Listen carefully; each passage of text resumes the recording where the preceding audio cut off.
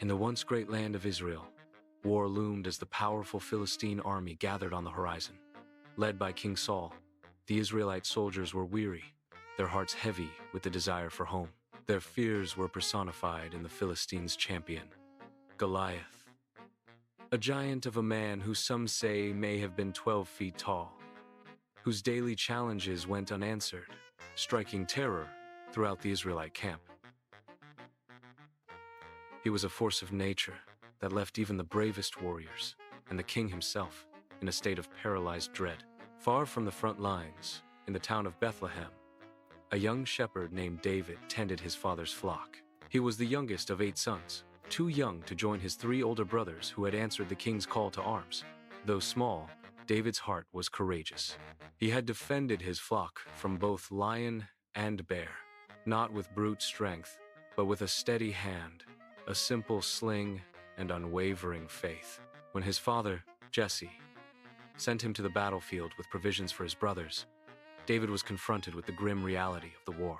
He saw the fear in the eyes of his countrymen and heard the booming, arrogant voice of Goliath as the giant mocked his people and his God, saying, "Who shall fight me for this land, winner take all?" While his own brother Eliab scorned him for being a mere spectator, a righteous anger ignited within David.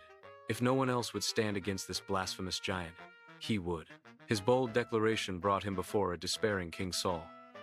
At first, the king scoffed at the idea of a boy facing the Philistine champion, but David recounted how he had slain the lion and the bear to protect his sheep. It was not his own power, he explained, but God's that had given him victory. Moved by the shepherd boy's unshakable faith, the king gave his blessing. David refused the king's heavy armor, as it would not allow him to move with agility.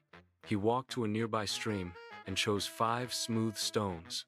With only his sling and God, he walked to Goliath. Goliath laughed, insulted that Israel would send a mere boy to fight him. "Am I a dog that you come at me with sticks?" he roared. "I will give your flesh to the birds and the wild animals." David's voice rang out, clear and steady. "You come against me with sword and spear, but I come against you in the name of the Lord Almighty, the God of the armies of Israel, whom you have defied. This day, the Lord will deliver you into my hands." Enraged, the giant charged, his footsteps shaking the very ground. David ran to meet him, placing a stone in his sling and whirling it above his head. The stone flew, true and fast, and struck the giant square in the forehead. Goliath stumbled, his eyes wide with disbelief, before crashing to the earth with a thunderous roar. David was victorious and showed the people of Israel the true power of God. All the people and the king was grateful that the war was finally over. The story of David had just begun.